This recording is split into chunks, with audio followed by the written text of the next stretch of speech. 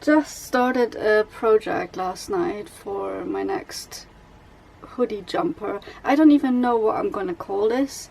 It's a long thingy like a dress and has slouchy scarf and a hood on it, pointy hood. So I don't even know what to say to it. It's not even finished yet. I don't know why I say it has, but I'm trying to make this work. So I started a project yesterday. As you can see, we have sun for a change. I just wanted to come in here quickly because it was very frustrating for me last night. It was very late, about 11:30 I think. I'm doing those projects like random sometimes, really random. Let's show you.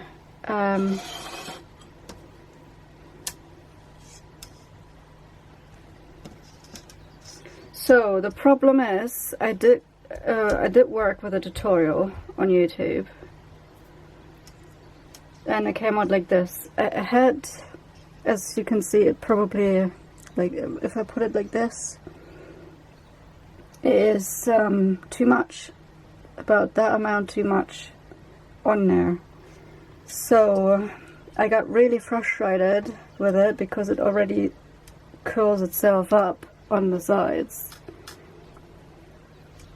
And it's not good. That is definitely not good. It should lay flat, actually.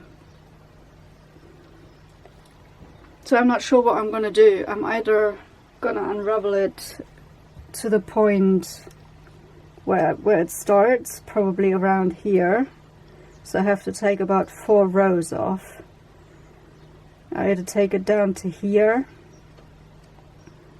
and then continue again and see if it works the next time, and don't increase the expansion too much like I have now with the tutorial. I do not know what I'm doing wrong. It is just weird.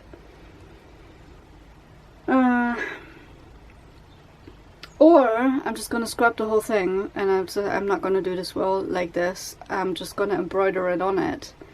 I've seen a video yesterday of someone doing that on the hood, and I'm like, oh, that's a good idea. I never thought about that.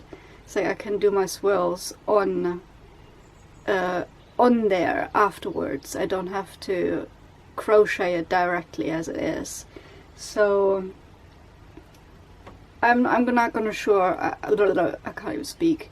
I'm not even sure what I'm gonna do. I either unravel it for 4 rows and try again and see if I can make it work, and continue that way, or, which would be easier for me because that's a very tough part for me to do this jumper dress. It's scrap the whole swirl thing in itself as a crochet and just go with a different pattern. I have a few things in mind that I want to do that are easier for me, at least at the moment. So let's see what I'm gonna come up with later.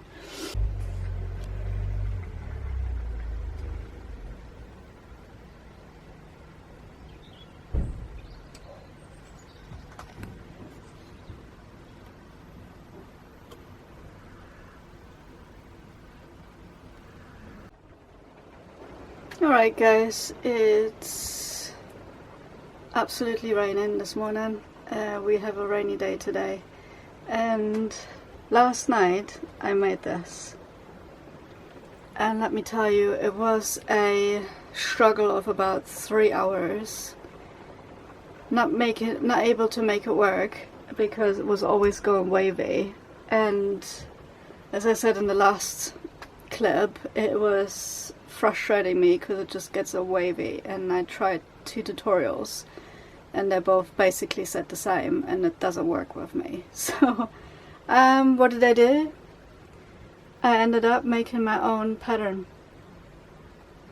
I literally sat down, rolled it down, I think to the last row, and I started making my own pattern, like making 1 row.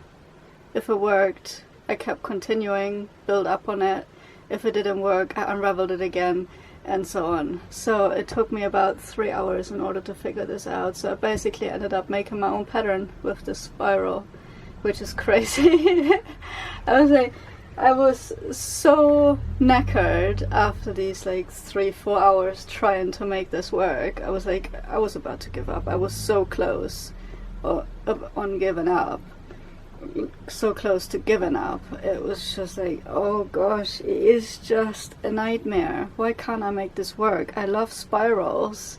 I love swirls. Why can't I make this work? So I basically made it work last night, as you can see. So this is the part that goes in the middle, like I think above here. And yeah, now I will try write this down, each row, what I did differently, because this is gonna go in the written pattern that I'm doing with this. And I have to do another one of those. That's why I want to write it down as well as like I'm gonna put this online too. So I'm gonna have to write down which rows I have done. I have my stitch markers are still left in there, so I can see where the rows started and where they finished. And yeah, I will write it down and then do another one of those. Obviously, continuing to make it a square because it needs to be a jumper. And that's going to be the next part, but I'm so relieved that I actually made it work. I was jumping for craziness. Like, I was so happy last night. I was like, I managed to make my own pattern out of this. It is crazy. And the amount of brain work it took for me to actually do this, it's just like my whole focus was on this project for about 3 hours. Like, you have to make this work, you have to make this work. And I can't make this work, this is ridiculous, it does not work. Yes, you can make this work, back and forth, back and forth. Anyway, that's me trying to make this spiral work for myself. Anyway, that's that project. And I'm going to continue with this, but I don't think I'm going to film this, but we'll see what happens. We'll see what happens. Anyway, that was my update for this, but it's a very shitty day today. Super grey, super rainy, but we're warm. We're about 17 degrees. As you can see, I'm not in my jacket, so. And I think while we're at it this morning, I wanted to show you the changes that have been made over Christmas and New Year's. We're not finished with them yet, but I will get to that in a minute. So, since I have done a few videos already with the new setup and I haven't talked about it, let's have a look. I'm going to turn you around and explain to you, and I'll pop up one photo of how it was before. So let's turn you around. Okay, this is the new setup, and here are the changes. First of all, I'm going to show you the very obvious, which, let me go in this corner, which is this part, as that worktop was pushed back about that much and was reaching the back of that. So it was going back on the corner. Beforehand there was a log burner on there, which has been removed a few months ago. And that was that corner there, then that was my worktop up to back there. And I can pop a photo on now on how it looked before and how it looks now. So it is, so you can see the worktop basically moved back to there. So what we did, we moved the worktop over here so it edges on with the kitchen area. So we have one full surface over there. Then my partner cut off the last bit because that was overlapping to the dog bed.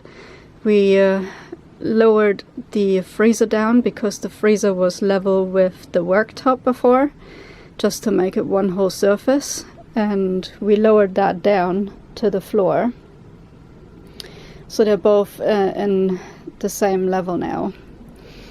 The fridge is on the floor now as well. Moved them both together underneath that frame, which is absolutely perfect. I wanted this since years, doing it that way.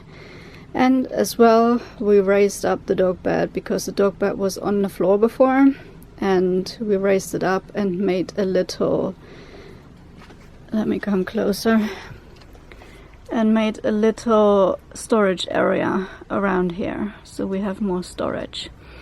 So we just raised that up, and it's basically now a dog bed and same as a seating area. So you might have seen me sitting on there before in a couple of videos. It is nice when I sit there and have my laptop set up over here, so I don't have to stand up when doing my laptop stuff. It is really nice to just have to sit there, because mostly this guy is laying over on the bed with the missus. They're basically almost cuddling up all the time. So yeah, so that's that. I really love it. The problem now is I have no more step. Like usually I've put my foot in the evenings on the worktop in order to get up into bed or make the bed or whatever, and I can't do that anymore. So my partner put a little bit of 2x4 over here, so we can at least put our foot here and step up there. So now I figured out as well, I make it a little bit of a step. Basically I'm going from here up to there with one foot, and then with one foot there, and then I swing myself up into bed. It is not the easiest, definitely not the easiest version of going up and down from the bed, but it is just for the time being it is this way. But he loves it. When I was prepping food the other day, he was literally poking his head over here. I had to take a picture of that. That was super cute, but he never reaches over, so he's a good boy in that case. But yeah, that was funny as well. When he stretches, he sits up and he just looks over the countertop, which is funny as well. Looks super cute. Right, that is the obvious part. So we done that restructure, which I'm very happy about, that the freezer is now finally lowered. Oh yeah, by the way, how do I get to the freezer? Well, I'm gonna pull it out. I'm gonna pop a short video on here on how I pull it out. I pull it out and do my stuff that I need to get out of it, and then pull it back. No, it has no rolls, and I just figured out I was able to move it on the floor just by itself, and that's why the scratch marks are there. It's not that good with the scratch marks, but yeah, I think that's a price to pay. I don't know, I'm not gonna change it. So yeah, so I move that back and forth all the time.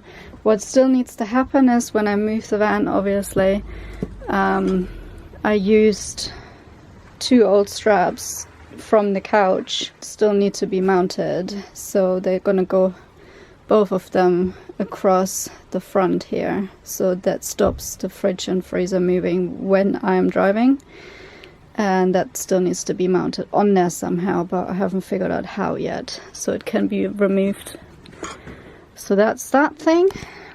Otherwise I'm very happy with the setup. I wanted to have this since years in order to be able to not have that freezer as a storage on top of it and have to remove everything all the time. It's so much hassle, so I like that setup way more. But yeah, luckily we've been able to do that now.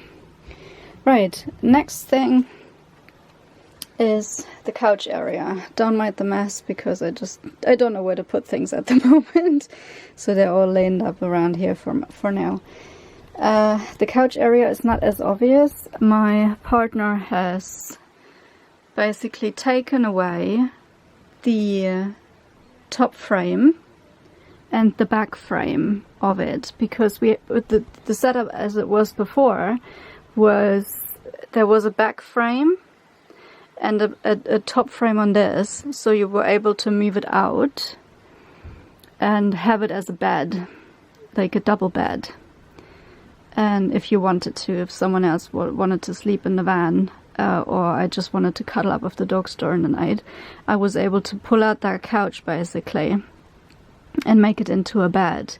Now, since I have not used this for at least a year, the last time I used it was in January 24, when we had the broken diesel heater and it was so cold that I was cuddling up with the dogs.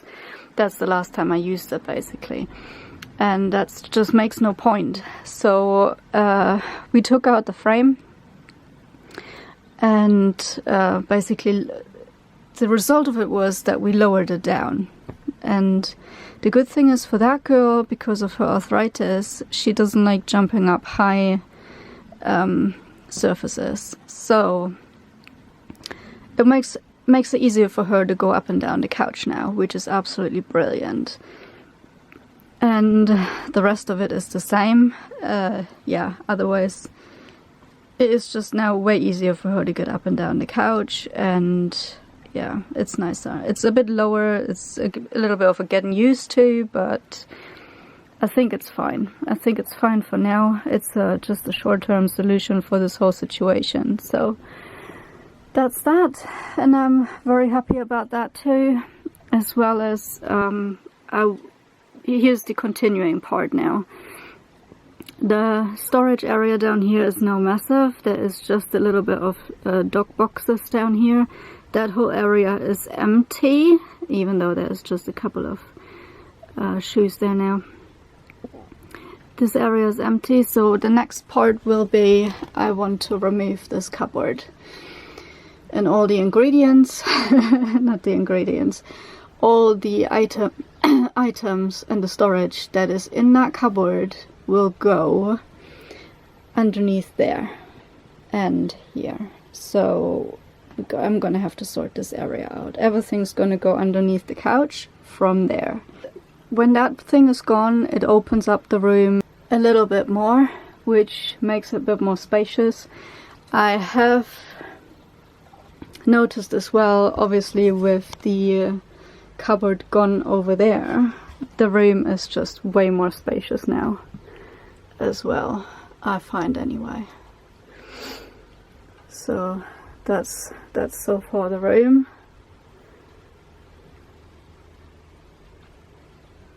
Included a little tour of it, and obviously my little mirror here.